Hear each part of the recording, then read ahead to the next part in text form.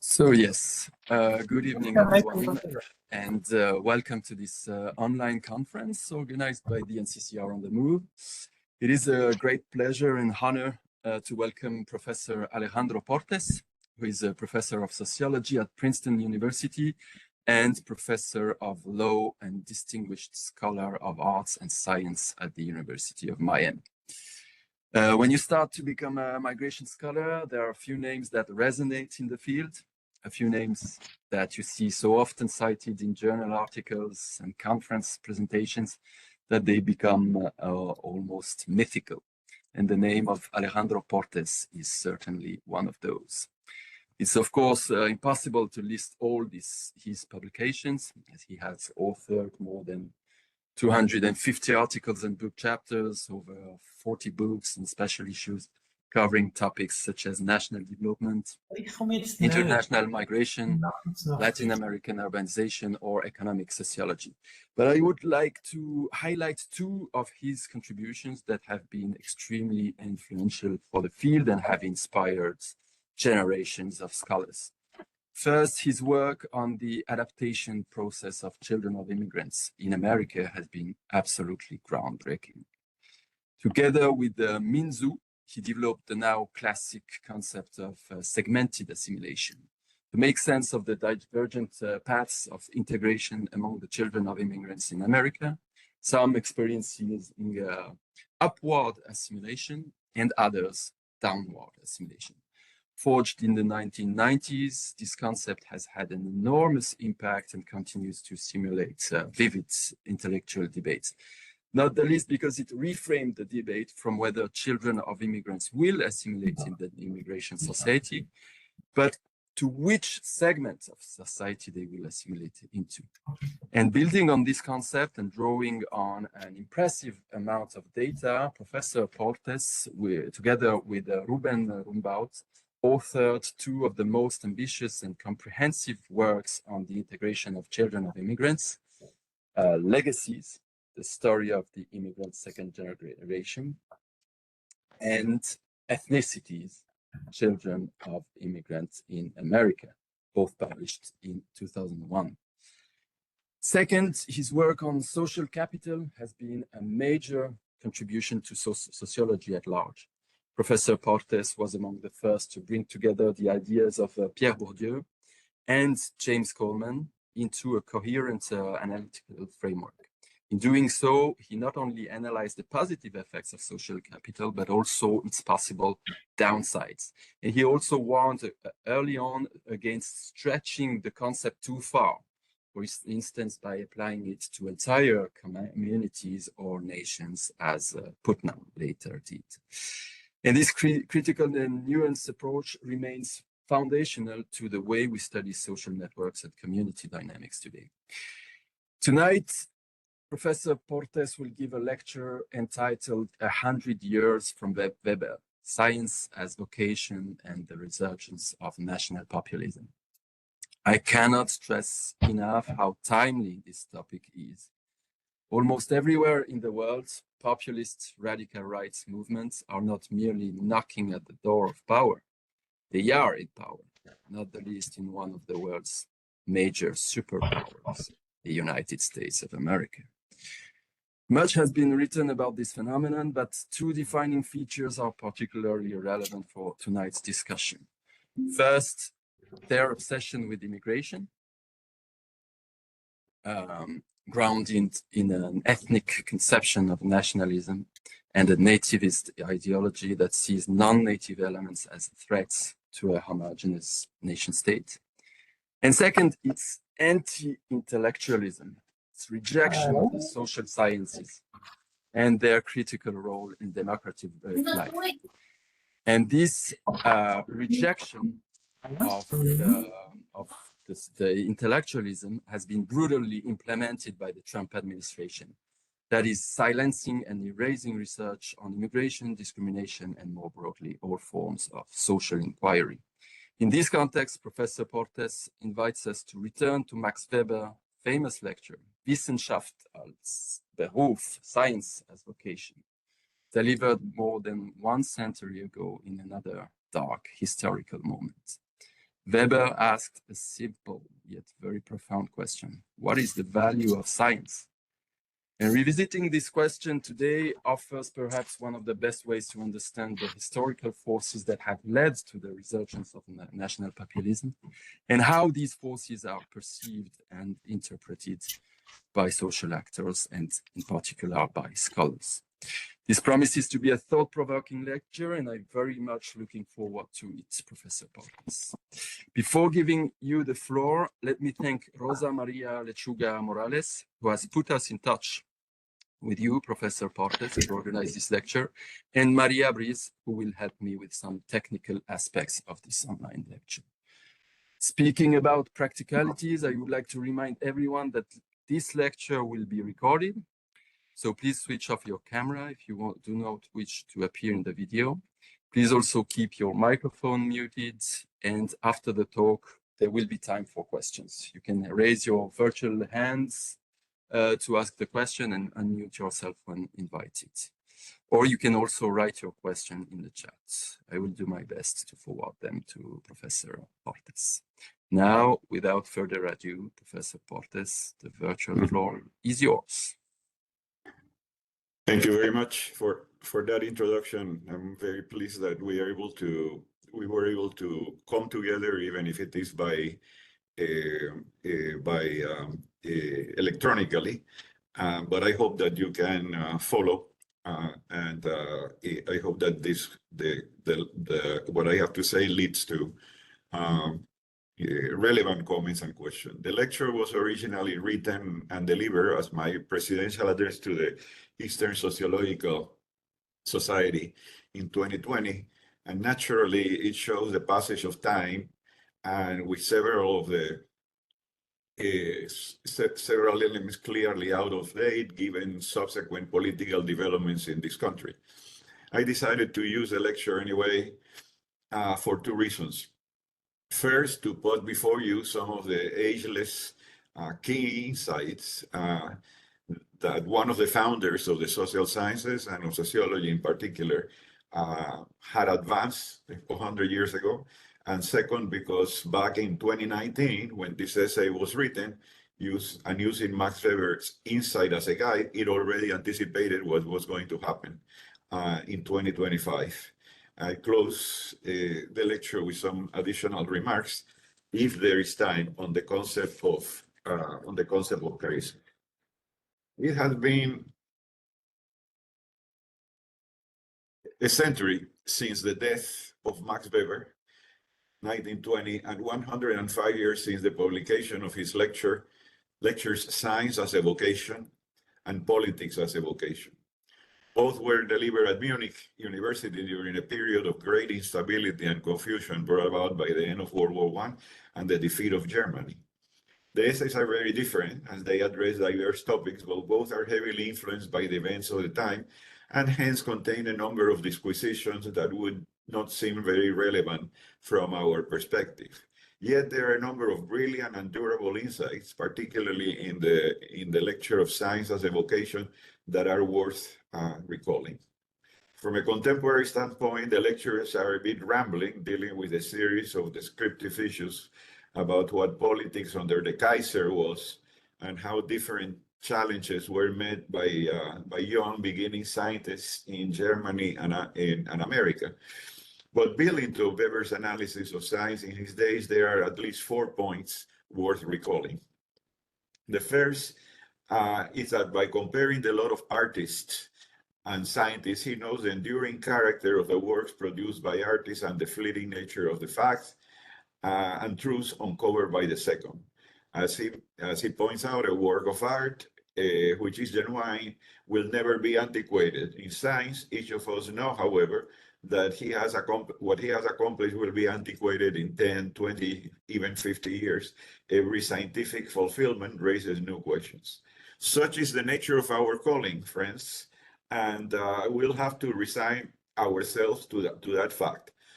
Knowing no ageless insight, no immutable concept. They evolve and are superseded not only by contrary ideas, but also by the absorption of insights and concepts into the general discourse of the discipline, with its creators confined often to gradual oblivion. Decades later, Robert Merton addressed this same process, which he called obliteration by incorporation. That is, the collective character of the enterprise that we call science is nowhere more evident than in this process where the fruits of personal work and the achievements of the individual mind become but stepping stones for others to carry on, absorbing, qualifying, and often rejecting what had been discovered before. The second point worth recalling in Weber's essay is the role of concepts in science and its advancement. Concepts are, and I like to stress, concepts are what we really know and use to approach the analysis of reality, whether in physics or in social sciences. Weber traces the discovery of the role of concepts in the progress of knowledge to Plato's Republic, but then goes on to refine the point with his own elaboration of the ideal type, the concept of ideal type. Not much is said about ideal types in this essay of Science as a Vocation, and for that we must move to another of Weber's essays, Objectivity in Social Sciences. However, in 1919, in the 1990 lecture contains another nugget about the character of concepts and the ideas that underline them. Just put clearly, ideas occur to us when they please, not when it pleases us. They often come when we do not expect them, and not when we are searching and brooding at our desk. This is absolutely true, and this absolutely I can confirm that in my own experience, in which concepts and ideas during my career have come when I least expected in the course of an investigation, and not by forcing them in order to come, for them to be created. Those wishing to make a career in science have also to become resigned to the fact that ideas may occur to him or not. She or she may be an excellent worker and yet never have a valuable insight of his or her own. When ideas do arrive, they become formulated into concepts that become in times ideal types. For Weber, the function of ideal types in sociology and other social sciences, bureaucracy, charisma, free market competition, and in our days, assimilation, transnationalism, etc., is not only to embody the original knowledge, but it is also to rub it against reality in order to examine how well the tenets hold or not in a number of diverse circumstances. In the process of comparing the ideal type to reality, it may be the concept may be confirmed, qualified, broken down, or abandoned. From Weber's own work, recall the use of ideal types such as charisma, bureaucracy, inner worldly asceticism, and bourgeois rationality, among others. The third major point of science as a vocation is Weber's resolute distinction between scientific analysis and ideology. He says, quote, to take a practical stand is one thing, and to analyze political structures and party positions is another. So I have a right as a scientist to express my questions at a political meeting, but not as a citizen, to express my opinions at a political meeting, but not as a scientist in the lecture room. If the topic is democracy, one would consider its various forms, analyze the way they function, determine what results follow from each of them, and how they compare with each other, as well as with non-democratic government forms. One can only demand, says Weber, that the teacher that have the intellectual integrity to see that if it is one thing to state a fact, while it is another to answer questions about the value of culture. Weber's strong distinction in this essay between the realms of ideology and activism on the one hand, and that of scientific practice and factual knowledge on the other, is remarkable, because among the classic, he was the most potent voice arguing that a value-free social science was impossible. Unlike Durkheim, he realized that objective facts have meaning only under the prism provided by culture, of which values are a prime component. How then do we resolve this contradiction in Weber? On their further analysis, the contradiction turns out to be more apparent than real. While aware of the indispensable role of culture and meaning in the scientific interpretation of facts, Weber rounds the analysis with the requirement that these interpretations be checked and rechecked by others in the same field. The collective character of our enterprise again comes to the fore, and the function of ideal types repeatedly rubbed against reality becomes even clearer. Indeed, one of the results of this process is commonly to unearth inconvenient facts that challenge that challenge both existing scientific theories and political ideology. A trained skepticism being the hallmark of the true scientist. Next, Maria.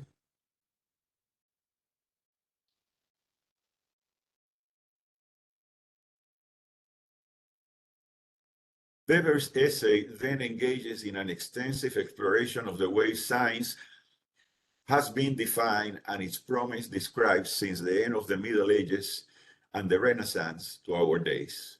For some, earlier in the history of ideas, science opened a sure path toward God. For others, it pointed the way toward art, true art, and for still others, including the founders of modern economics and sociology, knowledge of the real facts was a precondition for human happiness. All of these grand promises of science were tested in their times and were discarded, leading to Leo Tolstoy's trenchant conclusion that you can see there science is meaningless because it gives no answer to our question. The only question important which is what should we do and how shall we live? That comes from Tolstoy. This statement of Tolstoy fits fairly well with Weber's familiar concept of disenchantment of the world, one of his favorite expressions. But if science does not lead to God, to art, to self-fulfillment, or to happiness, what is its role? Weber does not accept Tolstoy's trenchant conclusion, and instead proposes that what is produced by scientific work is significance in the sense of being worth knowing, worth being known.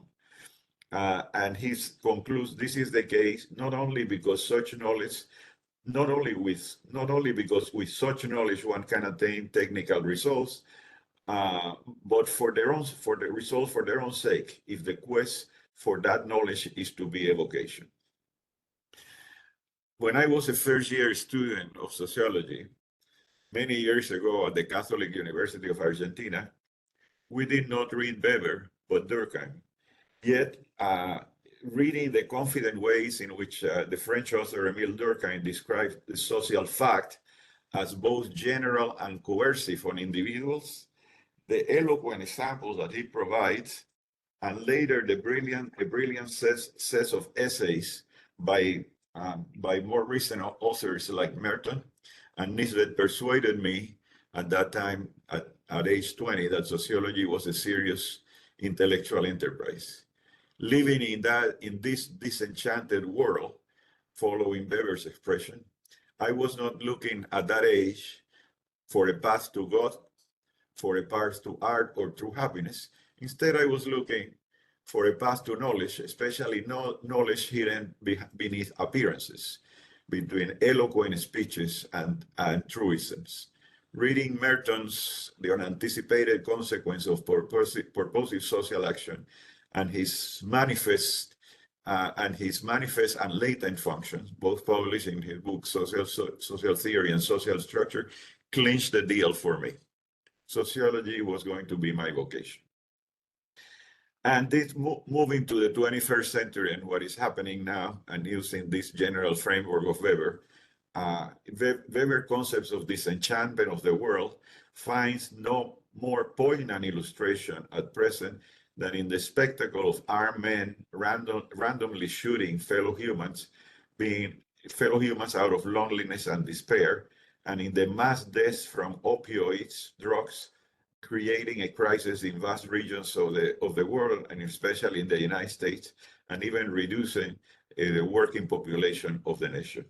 These signs of mass despair find their counterpart in the rise of irate political movements that embrace the flag, blame various others for national decline, and seek to revert the situation by affirming traditional values. To me, um, analyzing populist nationalism, now dominant in this country, requires a double perspective. First, on the historical forces that led to the present situation. What were the causes of this? And second, on on the way their consequences are interpreted from the personal point of view. That is, following Weber, trying to understand the meaning that the situation have for the key actors at place. This second exercise in Verstand, Weber's interpretive sociology, can be conducted thanks to the work of a number of social scientists that went to the ground in order to find out what people supporting the national populism actually feel and think. But first to history. The world system perspectives, a pioneer in modern sociology by Wallerstein and Arrighi, offers, in my opinion, the most comprehensive framework for understanding the structural forces at play. What had the extension of the capitalist system to the most remote corners of the world, aided by technological developments in transportation and technology, has had two major and by now familiar consequences. First, it promoted massive deindustrialization of the advanced world by allowing manufacturing corporations to relocate into hospitable and cheaper regions of the global south, hence neutralizing unionization's efforts and in formerly industrialized areas, and profiting from much lower wages in the new locations in the global south. Second, the expansion of the world economy led to the extension of consumption patterns of the middle and upper classes in the advanced world to the rest of the globe. The same corporations that relocated manufacturing and routine white-collar operations to the global south contributed decisively to this diffusion of rising expectations by their own advertising campaigns. Through them, people in the poorer countries were exposed to desirable patterns of consumption that they could ill afford, leading to a relentless rise in relative deprivation. Everybody has a phone nowadays, and with it, the possibility of gaining in the most remote corners of Africa and Latin America, gaining knowledge of the great disparity between their precarious and often miserable life conditions and those that are enjoyed by a minority of the world population in Europe and North America. These two developments had in turn three major consequences. First, formerly industrial regions in the developed world were eviscerated, leading to the rapid disappearance of the industrial working class. That process happened in all advanced industrial countries, but was most thorough in the United Kingdom and the United States. It left in the wake of this process were hundreds of what we call Rust Belt towns, where a largely white population with a secondary education, but accustomed to good wages and a middle-class existence through industrial employment, was left that is without no evident means to reconstitute their life after the industries that previously employed them move on. Industrial employment plummeted in the United States from over a third of the labor force in 1950 to less than 15% at century's end. A large numbers of displaced line workers, supervisors, and middle managers not only became unemployed, but unemployable because of dated skills, great seniority, or past association with trade unions.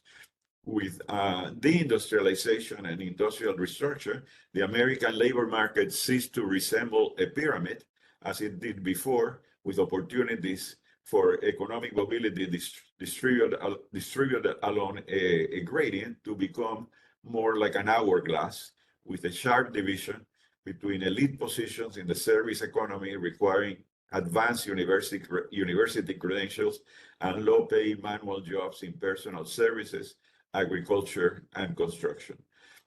The displaced white industrial workers were often loath to take these jobs at the bottom of the hourglass, which were occupied primarily by minorities and immigrants. The second consequence of industrial restructuring was a consistent rise in economic inequality. While global inequality is said to find its principal roots in between country differences, argued by Glenn Fireball, the most notable and poignant rise took place within the advanced countries themselves. While entire layers of the former industrial working class were being made redundant by the flight of manufacturing, beneficiaries of globalizations in the financial and high-tech sectors of the economy experienced extraordinary economic gains, leading to a rapid concentration of wealth in the top 5 and then top 1% of the population. This enrichment of the financial and technological elite has gone side by side with precarization of employment among vast sectors of the native population, leading inevitably over the years to anger and despair. The drug crisis in formerly industrialized and mining areas of the United States, leading to a decline in the working age population, according to some authors, even a decline in life expectancy among the less educated is a clear manifestation of these trends. According to Douglas Massey, Richard Friedman, and others, levels of inequality in the United States have reached those of third world countries. This process has greatly benefited capital owners, financial managers, and elite workers associated with high-tech sectors of the economy, while marginalizing almost everyone else. Left behind in particular are former industrial workers with secondary level schooling or less, who find no place in the modern economy. The third consequence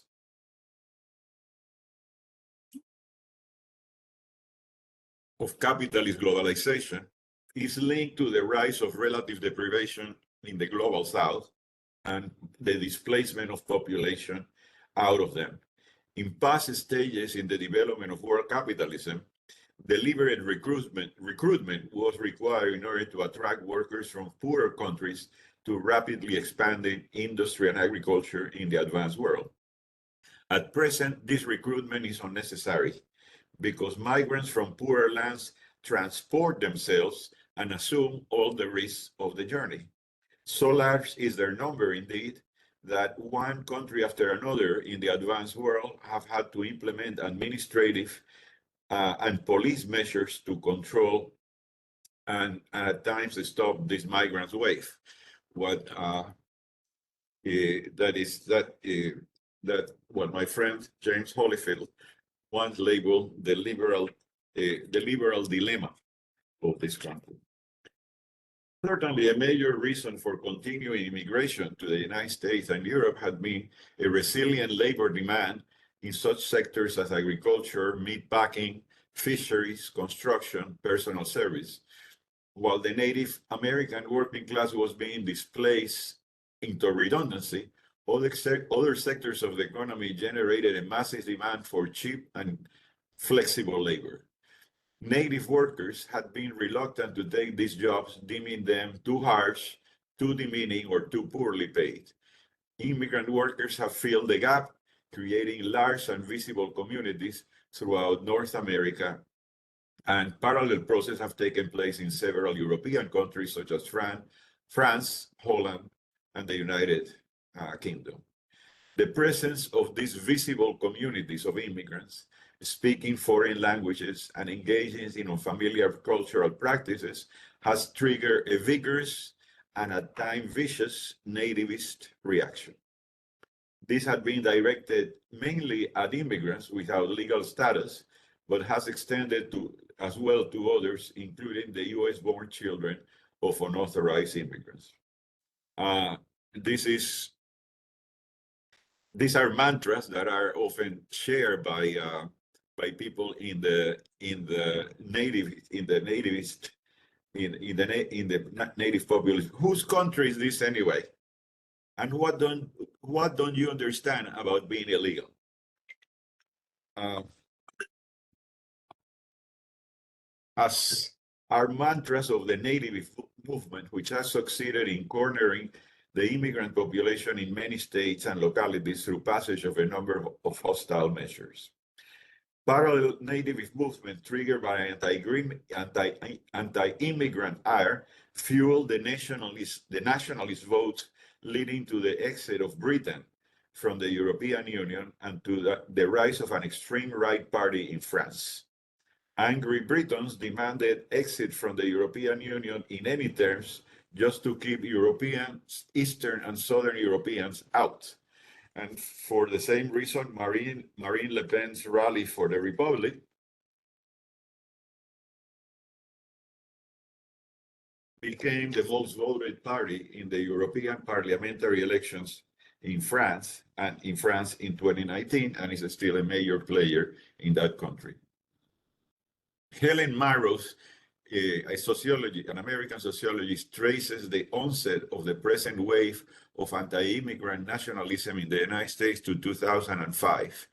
That was the year in which massive mobilizations of unauthorized immigrants protesting a bill in Congress that threatened to criminalize them gave rise in turn to a spirited counteroffensive by nativists demanding prompt exclusion of the protesters from the country and indeed of all illegals out of the country.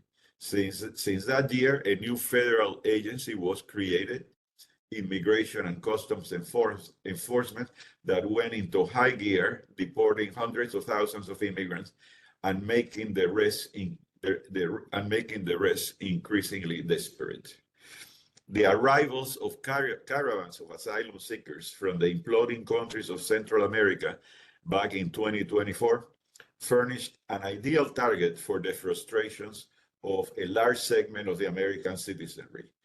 While members of the Tea Party in America have also shown their contempt for coastal elites, whom they associate with globalization and rising inequality, they have focused their energies on blocking any attempt at comprehensive immigration reform in Congress. They succeeded in doing so in 4 occasions during both the Bush and Obama administration, which led to the present situation of the unauthorized. So, friends, this is the moment in which we live today. The expansion of global capitalism has led to mass deindustrialization and growing economic inequality in America and elsewhere in the developed world, while the growth of relative deprivation in the global South has created an incentive for mass displacement. Immigrants who manage to make it to the rich world confront an angry and increasingly frustrated citizenry that has become increasingly mobilized in support of populist nationalism. Seeking to understand what is happening at the core of the nation, who voted for Trump, and will continue to do so at present, several sociologists went to places where national populism appears stronger to observe and talk with this population. The sense of being, quote, strangers in their own land, as Arlie Hochschild named it in 2016, is pervasive. What emerges from this conversation and in-depth interviews is a mixed sense of patriotic exultation and outrage at prospects for change and ethnic diversity. Middle-aged whites feel that the country belongs to them, but that it's been taken away by a malignant combination of globalism, secularism, and immigration. Sometimes it's called the Great Replacement Theory. The leader of the Minutemen, patrolling the southern border, told a researcher, Harold Shapira, a few years ago, what you see now, what you see in the screen. We lost California, nobody speaks English, and where are we going with this situation? This was this is the part of the language that is. And what about President Obama and his policies? Sociologist Robert Woodnow concludes his extensive set of interviews in the rural South, remarking that that's the anger that prompts rural Americans to lash out at Washington. It can be a thin line from arguing that Washington is broken to saying that President Obama was illegal, stupid, and untrustworthy. By all accounts of researchers who have gone deep into the heart of America, national populism is very racist. It lashes out against immigrants and Mexicans, but it mainly targets African Americans. In the makers versus takers story that is favored by its ideological leaders, Blacks are the prime bloc forming the second category, the takers. The imaginary nation favored in the heartland is that of a white, Protestant, God-fearing, church-going, self-reliant country where minorities are relegated to the margins or at best as a source of cheap manual labor. In Robert Woodnow's summary of his research, these people live in a world constructed by Rush Limbaugh, by Fox News, and by Donald Trump. Their outreach is quieter, but it is built in the conversations in the coffee shop and the co-op. Listeners of Limbaugh and supporters of Trump see themselves as part of a moral community, restoring the nation to its past glories by building a wall at the border and draining the swamp in Washington, make America great again. Aside from voting Republican and taking part in anti-abortion rallies, the behavioral manifestations of this ideology takes the most peculiar form, none more such than that of patrolling the southern border in search of undocumented immigrants. Harold Shapira concludes his study of this practice as you see in the screen. While the historical and structural sources of populism are known, and I just summarized them in the earlier on in this talk, the source of discontent as defined in the minds of these millions of white Americans that march in anti-abortion rallies and that voted for Donald Trump in the last election were less clear until they were clarified by researchers in the Arlie Hochschild sums up Heromatens to understand them after months of field work in rural Louisiana.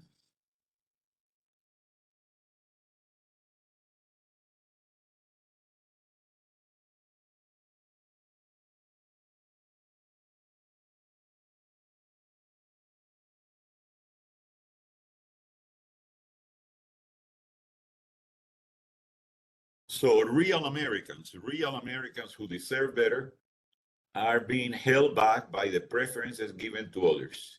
That is what motivates their frustration, anger, and now we understand on the basis of these studies the meaning that the situation has for them.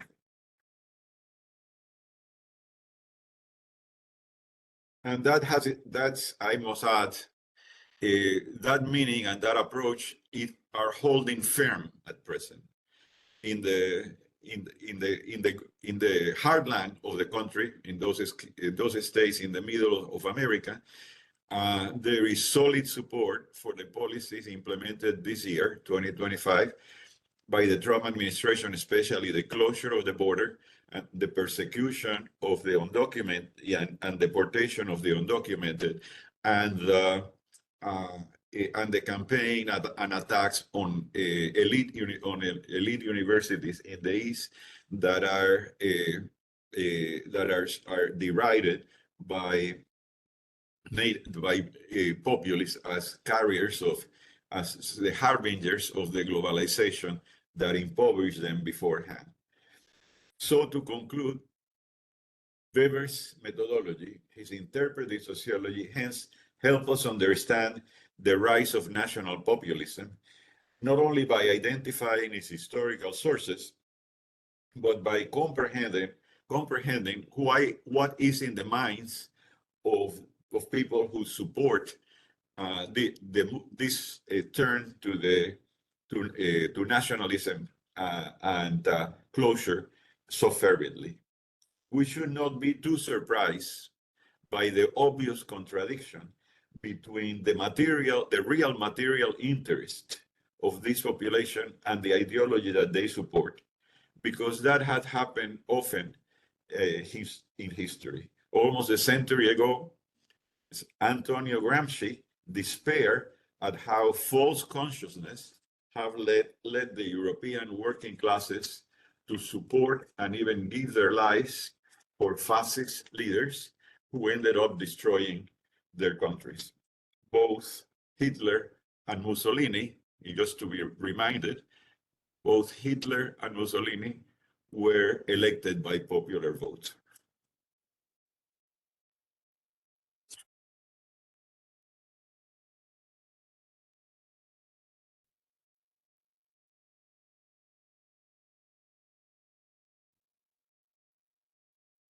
In Science as a Vocation, as we saw before, Weber cautioned scientists about transforming the professorial lectern into a preaching pulpit, but through clear understanding of the causes of the critical situation that we confront today and the motives of key actors, it is possible to highlight lines of actions to counter and perhaps overcome the present situation.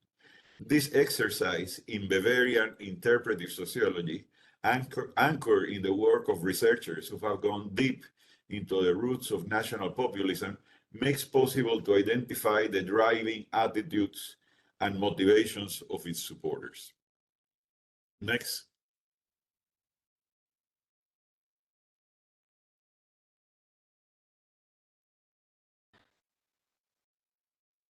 One thing is clear. Numbers count, and populists in the United States, the United Kingdom, France, and elsewhere have become numerous enough to win elections and to govern. Weber's disenchantment with the world and his view that science would lead neither to God nor to art or happiness were accurate reminders in his time, 100 years ago, of the challenging character of science as a vocation. However, scientific knowledge can have consequences in the real world. With the knowledge of his time, Weber sought to confront and alleviate the social crisis brought about by the end of World War I in his own country. With the knowledge that we, as social scientists, now possess of the sources of the political crisis that we are confronted today, we can surely follow his example and implement the alternative actions necessary to neutralize the drama that we are presently confronted in this country and elsewhere in the advanced world. Thank you very much.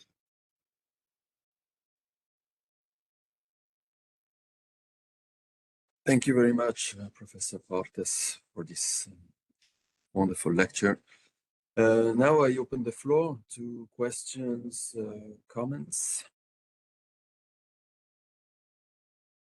As I told you before, you can just raise your virtual hands and then I will give you the word. I try to handle the discussion. I try to chair the discussion. I see Gianni with his hand risen.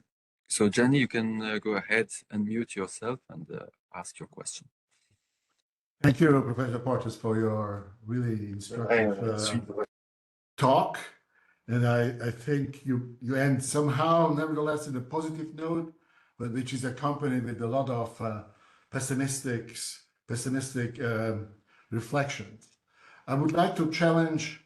Basically, I'm agreeing with the whole dynamic which you are explaining, starting after globalization. But I have one question, which makes maybe the situation even more difficult.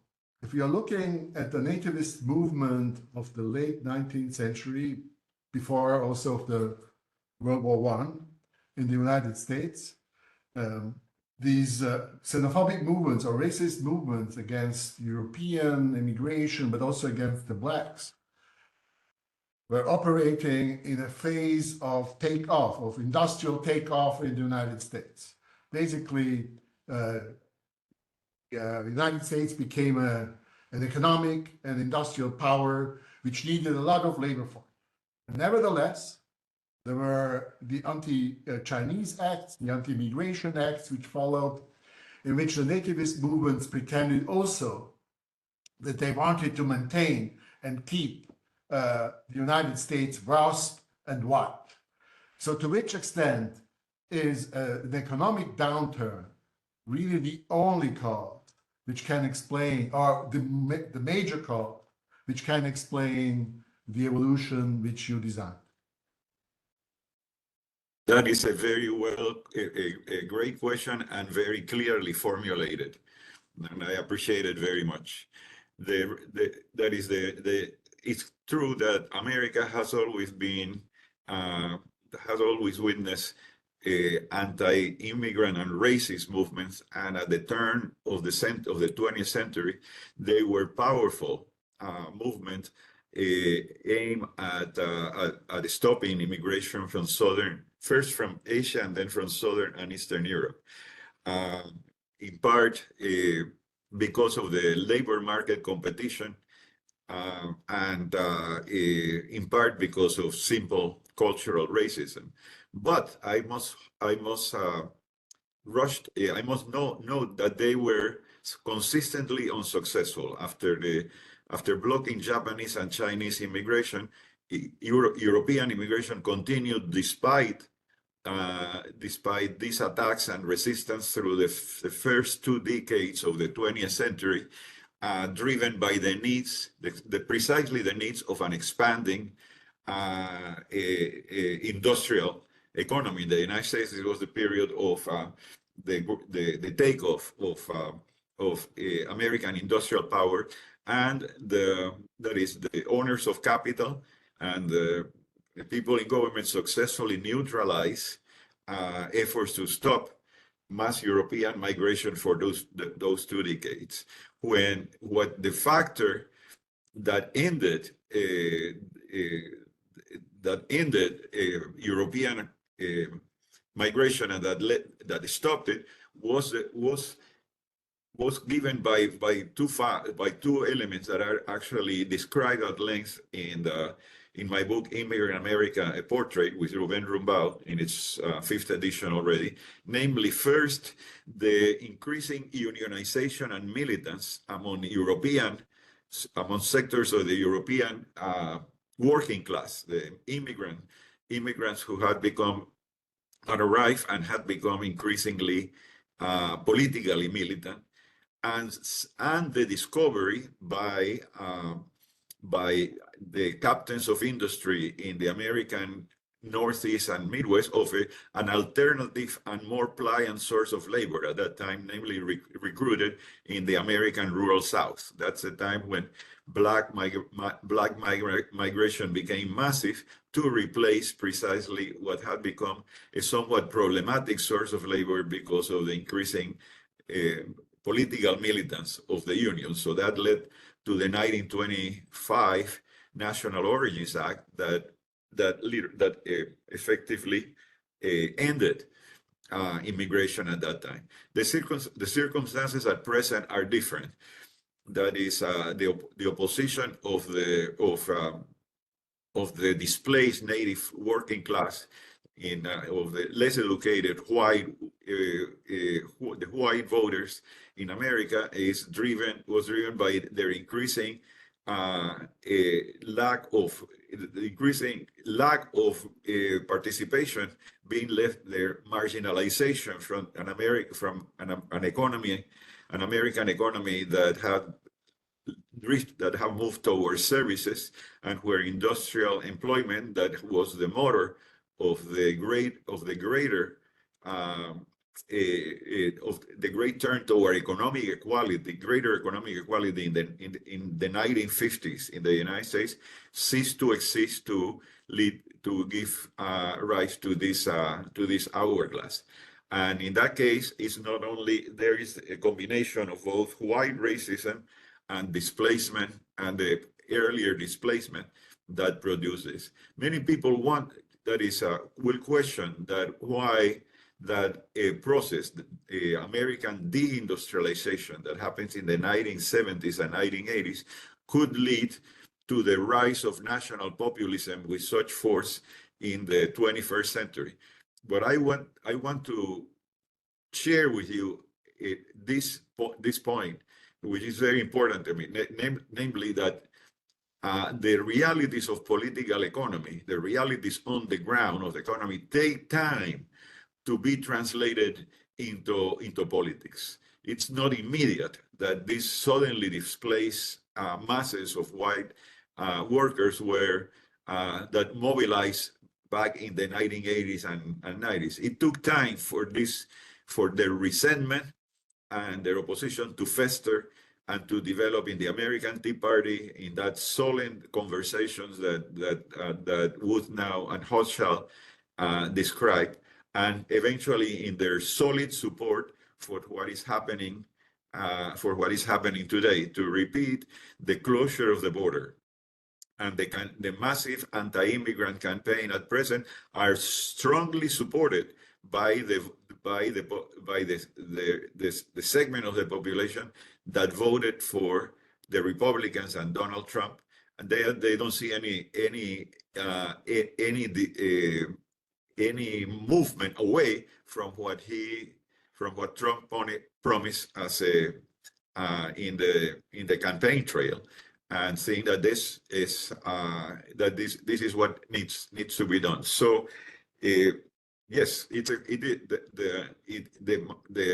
there is nativism and anti-immigrant sentiments at the turn of the 20th century, where in an economic situation, in a political economy, quite different from that happened in the United States in the 1970s and 80s, but the results were similar in the sense that they were similar in the sense of opposition to immigration, but the success of that opposition in the 1920s was driven by different causes from the success of the anti-immigrant movement in the 2020s that we're witnessing today. Thank you very much. Now I see Jean-Thomas Arregui, who will ask his question. Thank you very much, Professor Portes. Can you hear me? Because no. Yes. No. Cannot hear you. Yes. Can you hear me now? Yes. So thank you very much. It's been very inspiring. I have a question because I cannot really make up my mind. I mean, the explanation that you provide us with is essentially a political economy explanation. It's very, you said Wallenstein, but we might also say that it's very much in line with what Polanyi said of the previous crisis, the one that interested you with Weber in the 1920s and 1930s. So basically, it's the expansion of global capitalism, which produces deindustrialization, fragilization of the economy in the South, and therefore workers lose their jobs in the North. Workers lose their jobs in the South. They come to the North, and eventually it creates a competition and a sense of relative economic deprivation. But there are also some explanations that are more essentially cultural. In that respect, I would perhaps challenge you a bit more, certainly question you a bit more, along the lines of what Gianni said. You must have heard or read the book by Pippa Norris and Engelhardt, The Cultural Backlash. And in that book, they say that actually the economy doesn't matter much because we find radical right populist parties that are really strong, including in those countries that still have a reasonable level of equality. I mean, for instance, Scandinavia, for instance, Denmark. And they say that the explanation is essentially cultural. That is basically the very profound advancement and liberalization of social and cultural norms that Engelhardt has observed, of course, historically, and that we're just seeing a backlash now. And actually, immigrants in that backlash do play a role, but they are not the main target. In populism, radical right populism, there is, of course, nativism, but there is also populism, that is rejection of the elite, that is casting an antagonism between the people and the elites. And there is mainly authoritarianism. And what we're seeing right now is, of course, nativism, is, of course, xenophobia. But more fundamentally, perhaps, we're seeing rejection of democracy, rejection of pluralism, and an embrace of authoritarianism in the US. And actually, if we think of the past year with Donald Trump, there has been a lot of happening. And indeed, immigrants have been a primary target, but perhaps less so than you, for instance, working in a university. Not more than the people from left-wing organizations, now cast as Antifa and perceived as an enemy of the state and a domestic terrorist organizations, right? So in a way, I'm just wondering whether we're not just, because of our training and, you know, our interest in migration, focusing a bit too much on xenophobia, on nativism, which is indeed fundamental, but there is a broader picture there, and that might actually also stem from, culturalist explanations or cultural causes. Okay, well, thank you for your question. Your position is exactly the opposite that I have been trying to argue in this press, and I think that the theme that it was cultural, a cultural reaction, is a superficial argument that is there. The cultural currents, in a sense, to my way of thinking, are profoundly influenced by the realities of the economy and the labor market. The people who, that is the middle and upper class Americans in general, have not been militantly opposed to immigration, in part because immigration has been largely functional, both for their farms and industries, but also for their homes and their lifestyle, because immigrants provide the necessary labor to drive and motorize this lifestyle, the lifestyle of the middle and upper classes in the advanced world. So that was not, and that's the reason why most people in both coasts, in the west and eastern coast, voted for the Democratic Party. The nativism at the base, at the core, in the center of the city, in those square states that solidly supported Trump, is largely driven by the earlier situation of loss of complete loss of economic protagonism and of a path forward for the formerly industrial working classes left out of that, and the comparison that they made, that they had to do with the fact that immigrants were coming in great numbers and being employed in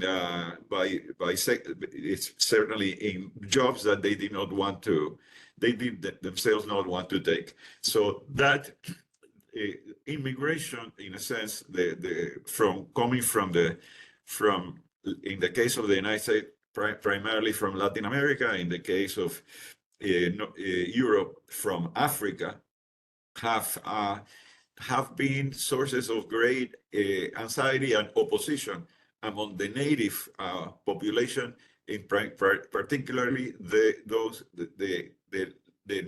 non-college educated a population.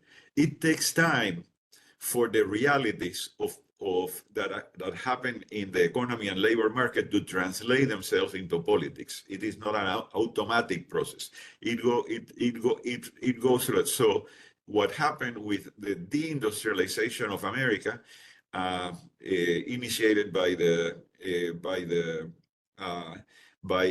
the time of President Clinton, with the North American Free Trade Agreement, and what happened then, it took time for that to fester into the creation of the American Tea Party, into the the production of an alternative worldview, which is the one that we see dominant today in those sectors of the population. I think that culture doesn't emerge out of nowhere.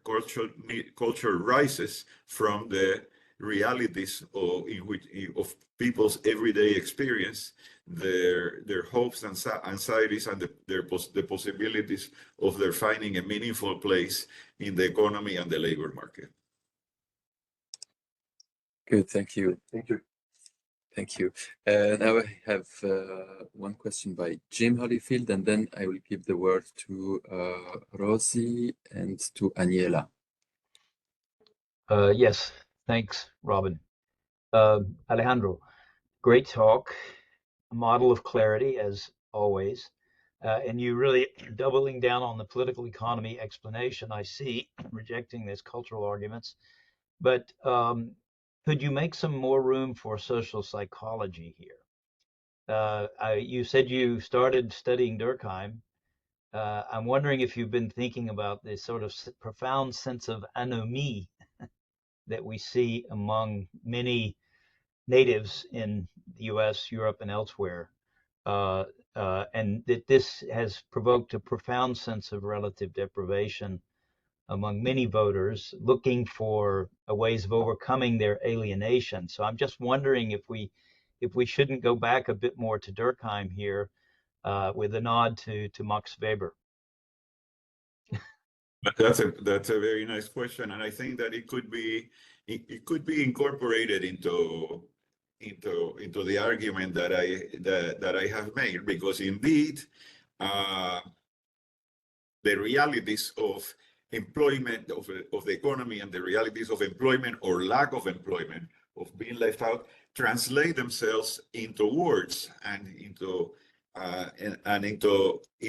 cultural forms, which in the case of many of the voters for the extreme right in France, in England, and certainly in the United States, represent their enormous discontent with the way that things are, and their sense of being left out of the economy, left out of the tremendous wealth generated by modern capitalism, marginalized, and that becomes that gives rise to cultural expressions of discontent that were channeled in the case of the working classes in America, or often in the way of withdrawal from the world and massive use of drugs, and what was the opioid epidemic that affected primarily white males without a college education in states like West Virginia, Ohio. That was where the opioid crisis took place. But eventually, it found a political voice, a political expression in Rush Limbaugh and essentially the right wing, the Tea Party, and its right wing, and that's even today. It seems to me that the voters for Trump, the solid support that it gains in this, continues to be based on this sense of marginalization from the culture and the wealth of advanced world capitalism, and these groups are still not necessarily satisfied with what had been already done, but in a sense, one more of this, and are not averse, as you point out, to a shift to an authoritarian political system and out of the democratic traditions of the country. This is the crisis and the tremendous threat that we are confronting today. Don't you think this is different from the previous waves of nativism in the U.S.? Yes, I think that the previous waves never arrived at the White House. They did not control all the levers of power. That is Congress, in the case of the United States, Congress, the executive power, and to a large extent the judicial powers, at least at the level of the Supreme Court. Never had that happened before. In the case that is the Republicans that governed the country in the 1920s and led to the Great Depression, were consistently challenged the Republican president by a Congress that was opposed to it and disciplined by the courts. And then, of course, the result was the right, that is the New Deal with Franklin Roosevelt, beginning in the 1930s. So it is not the same. What we're finding today is particularly alarming, at least in America, because it has no effective counterpoint, at least at present, to the actions, or if you like, the depredations of the American executive. It cannot be checked into this thing, and this is what is alarming, because, as I mentioned before, it is not contrary to the sentiments and in the base of the citizenry of the nation. That is that working class and that those rural Americans and farmer workers continue to be supportive of what is happening today in terms of the offensive against intellectual elitism in the coast, in terms of attacks on the cities that are governed by the Democratic Party. And I would say, so far, the opposition to the rise of nativist populism in the United States has not found its voice. We do not find a clear message from the opposing party. In the case of the United States, the Democratic Party, we don't find a clear blueprint for what they are going to do, for how are they going to reverse what is happening. We are only finding protest against the initiatives taken by the executives, but no alternative blueprint, at least so far. Great, thank you. Now I will start taking questions in the chat and try to forward them to you. First question by Aniela, who has a question on Max Weber, on the fact that he was an economist, and how do you reflect on the relation that he was an economist in the science as a vocation, and she asked, don't you think that the spirit of capitalism is not somehow implied in science as vocation? That's her question. I'm sorry, could you repeat the question? Yes, she asks, because the fact that Max Weber was an economist, she wants you to reflect on the impact that it has on the book, on the lecture that he gave on science as vocation, and in particular, she thinks about the spirit of capitalism, how it is implied in this lecture, science as vocation. Weber was not an economist. Weber was a lawyer. He was trained as a lawyer and then became a sociologist. Of course, he attempted to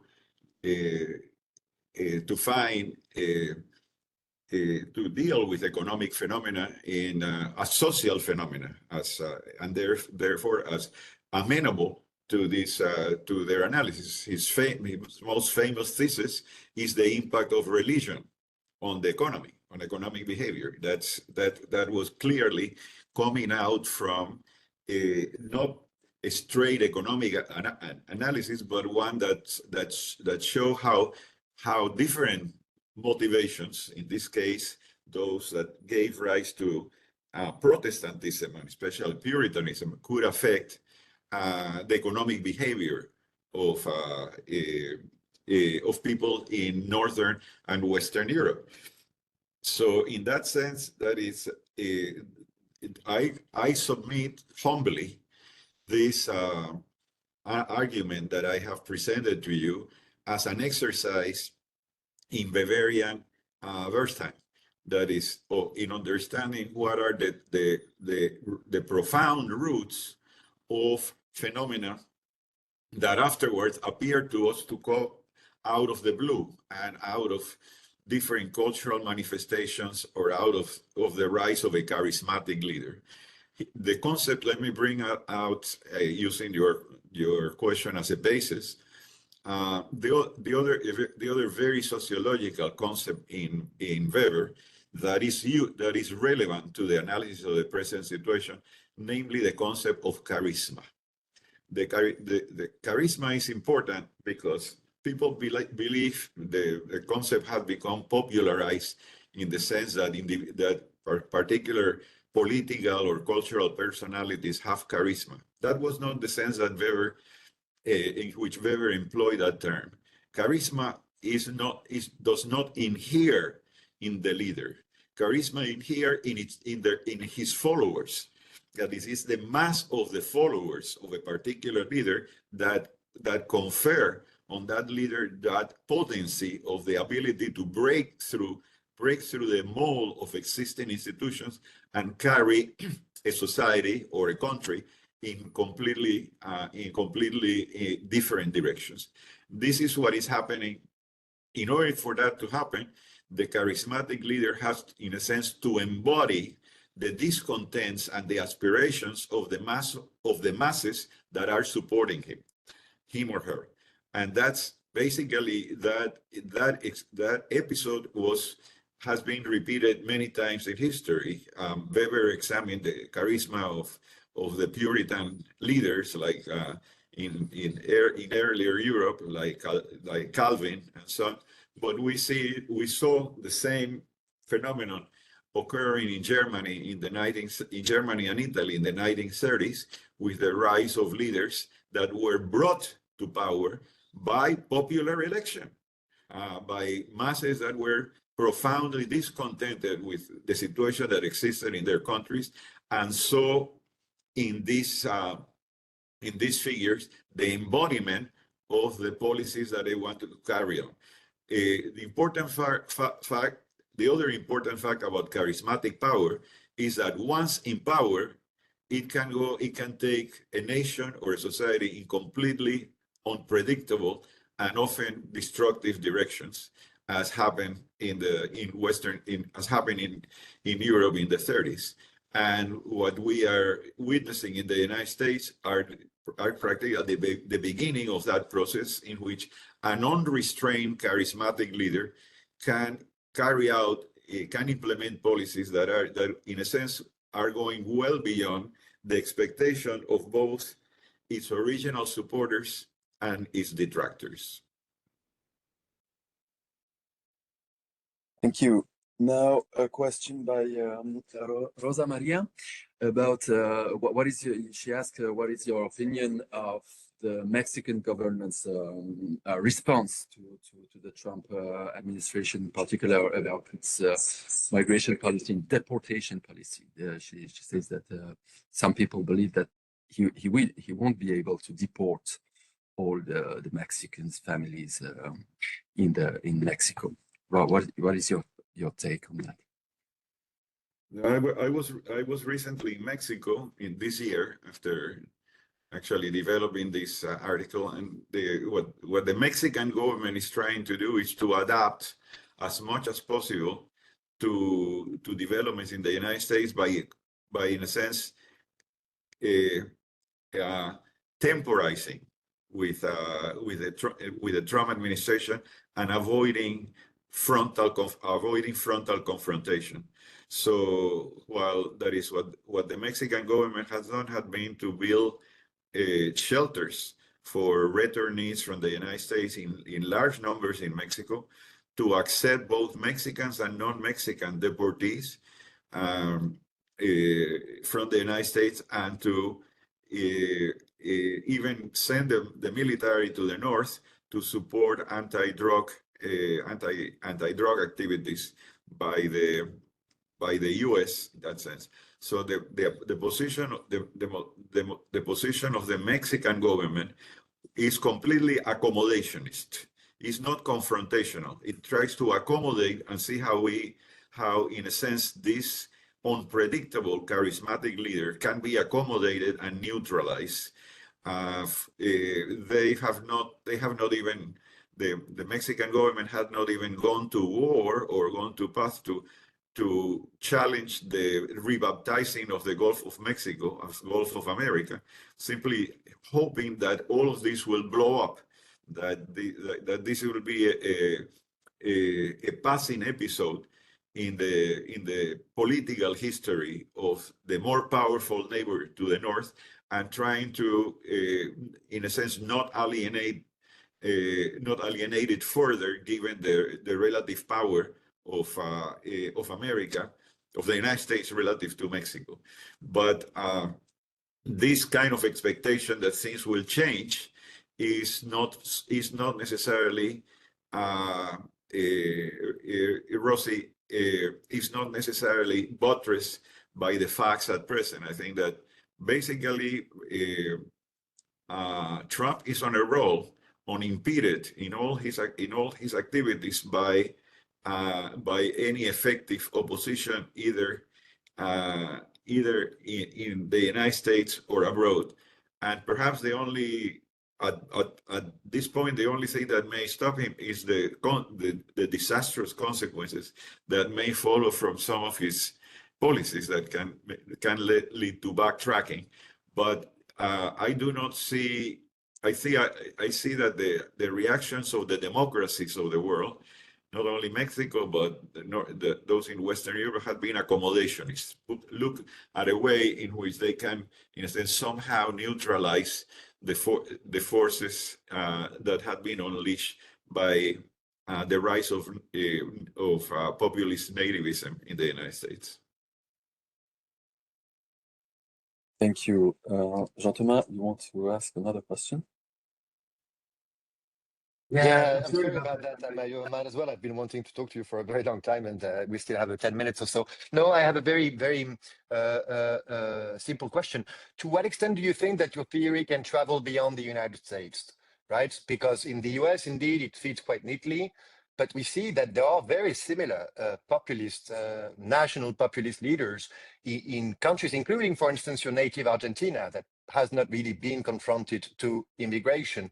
Brazil, Hungary, where really the migration element is residual. I mean, it's much more targeting in domestic minorities. Even perhaps Russia, India. Unfortunately, the wave seems to be irresistible and span countries with very different socioeconomic conditions and trajectories with regards to political economy, the arguments that you raised earlier. So I'm wondering, to what extent do you think that this explanation can be valid elsewhere, basically? Well, I think that is one. The argument in this lecture and in my explanation is the origins of the rise of national populism in the United States, and grounded on the deindustrialization of the nation decades ago. That does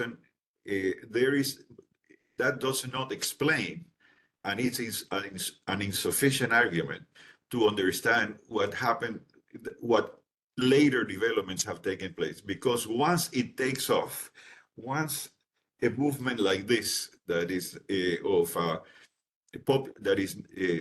fanatics on the right and restrictionists and so on takes off, especially in a country as powerful as America, as the United States, it has repercussions in the rest of the world, including imitators. That is, now it may become easier for parties or movements of the extreme right in countries like Germany,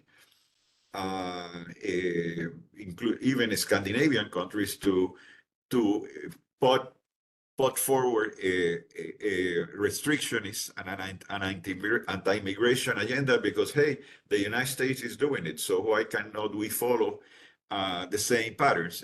Then it becomes that is a moment in which, yes, political economic roots of what is happening transform themselves into cultural themes, new languages, new discourses that can effectively modify the viewpoints earlier on. For example, I think that is very important, the changing image that immigration has been acquiring in recent months, not only in recent years. Namely, it used to be taken for granted and accepted that immigration ultimately was positive for the receiving economies and for the receiving societies, creating more cultural dynamism, enriching the culture of the receiving nations, supporting sectors of the economy that require that were in need of labor and so on. So it used to be that both in the United States and many countries of Europe, immigration was celebrated as a way of developing the country, and indeed it was a leitmotif, a common ground that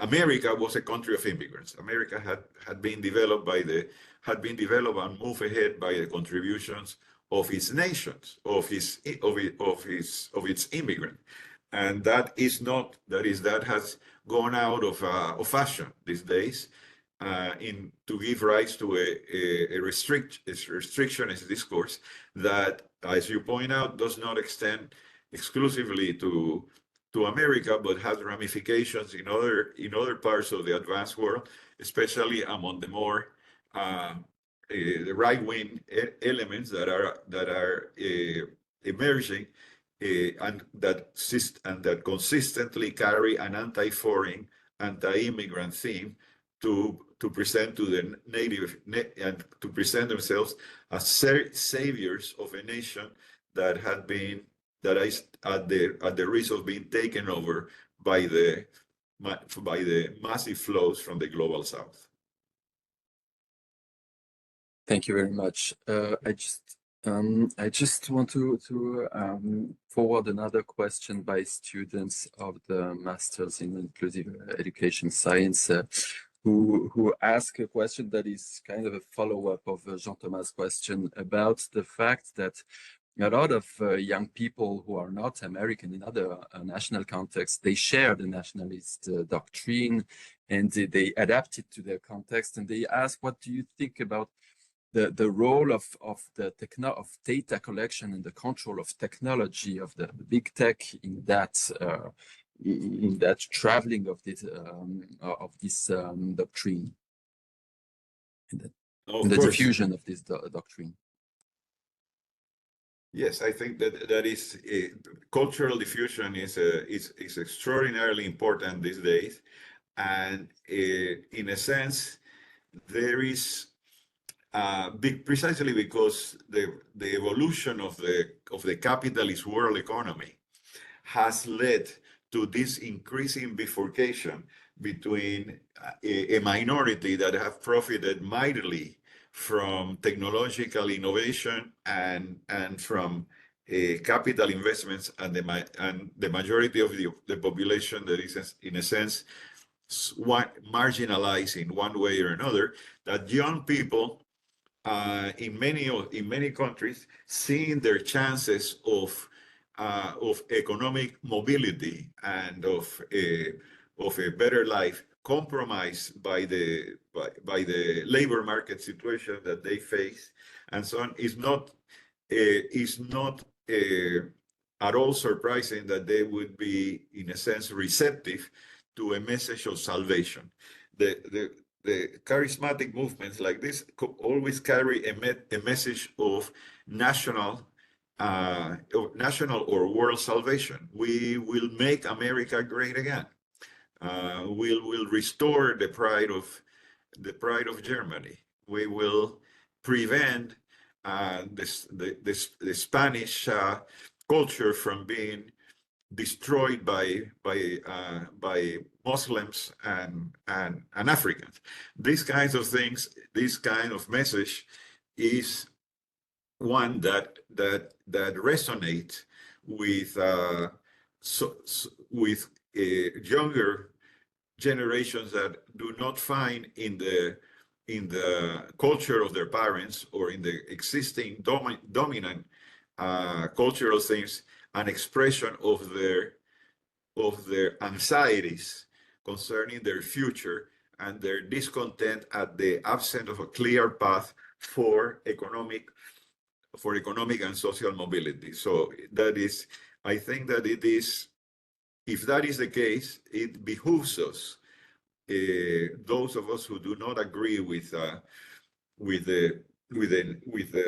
these kinds of extreme nationalist messages, to provide an alternatives to alternative narratives and alternative readings of the situation to young people in the advanced countries, and to look for ways in which they can be to provide opportunities for them to move ahead in the world without resorting to these kinds of extreme messages. But it is true that that the diffusion of messages of intolerance, the demonization of immigrants coming from other lands do resonate with at least a significant proportion of younger people in the world, and it is in the advanced world, and this is something that is also a worrisome trend as we face the future. Thank you so much once again, and I will take a last question by Cenk Savacoglu. Do you hear me? Oh. Yeah.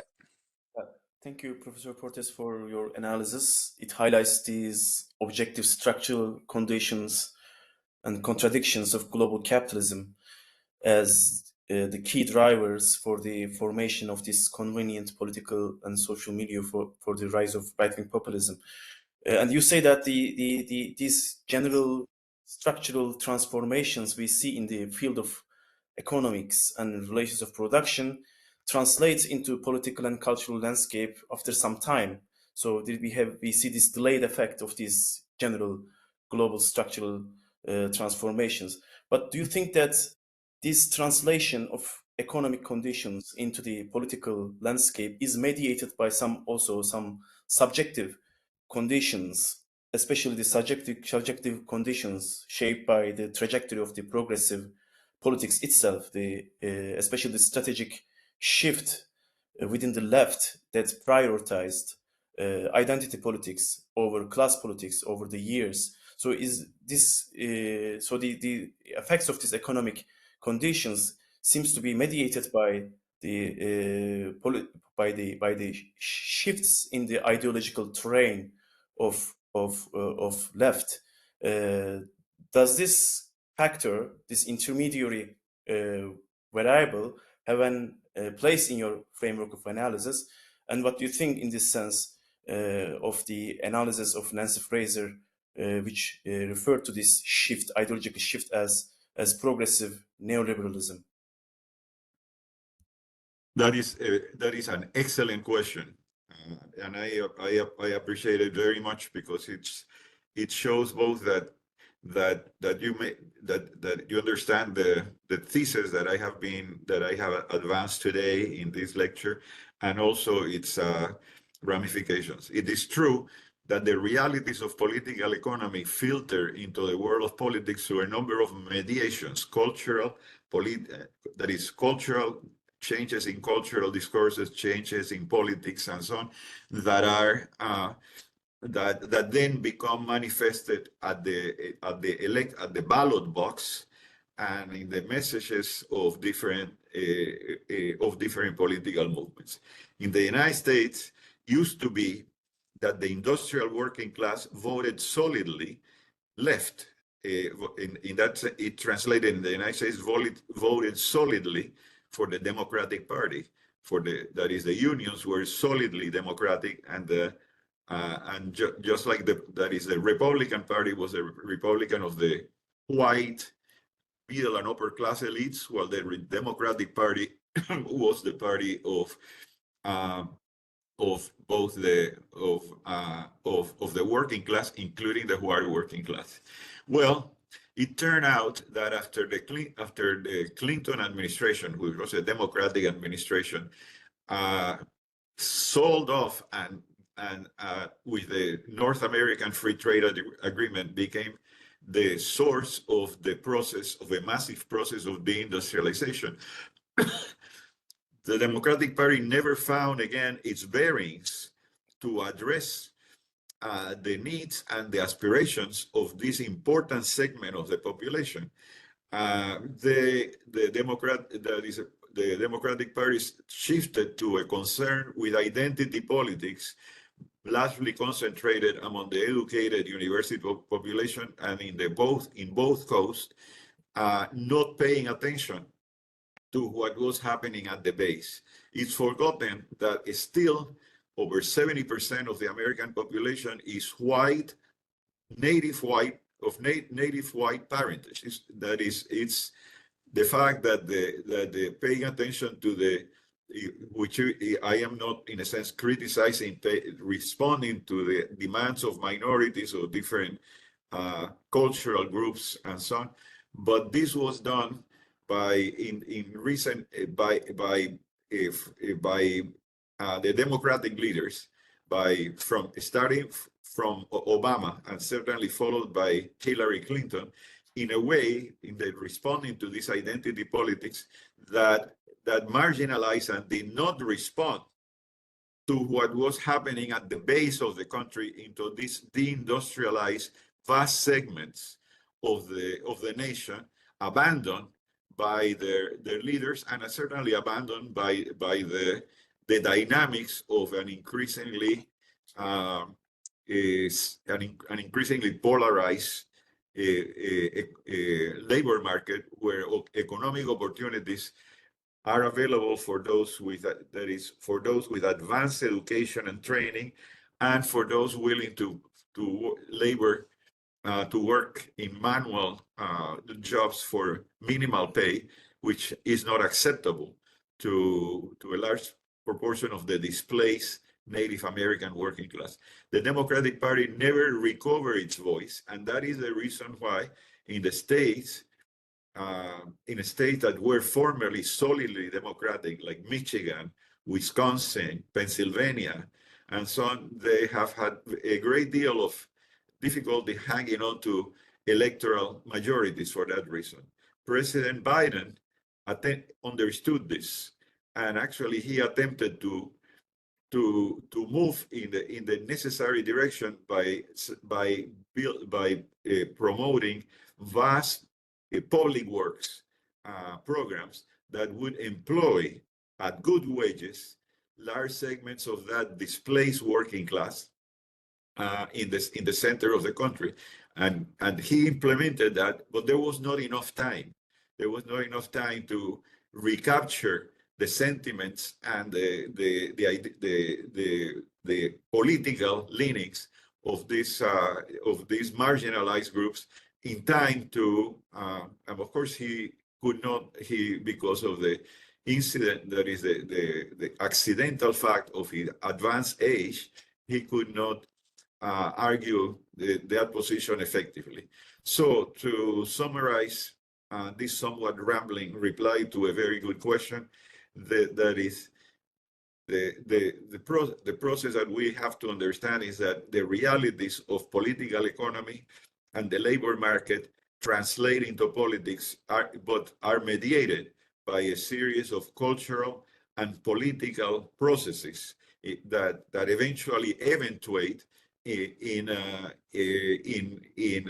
electoral, in the case of democracy, in electoral politics, and in the election of one leader or another. massive discontent in the base of America, in the center of the country, is largely responsible for the triumph of the Republican right. And until the Democratic Party finds a way to address the needs and the needs and the orientations of this population of white native workers, I think it's not going to be successful in its attempt to neutralize what is happening today. Thanks. Thank you very much. I think we will close the session here, and thank you once again very much, Alejandro Portes, for this very stimulating lecture, and also for your generous responses to the comments that were made. Thanks also to all the participants for your active participation and for the nice exchanges. And I hope next time you can come over to Neuchâtel to discuss in presence and also continue the discussion over a nice dinner. So thank you once again, and have a good evening, everyone. I look forward to visiting you in person, and thank you for your attention to my message and to the thesis that I have tried to share with you in this lecture. Thank you. Bye.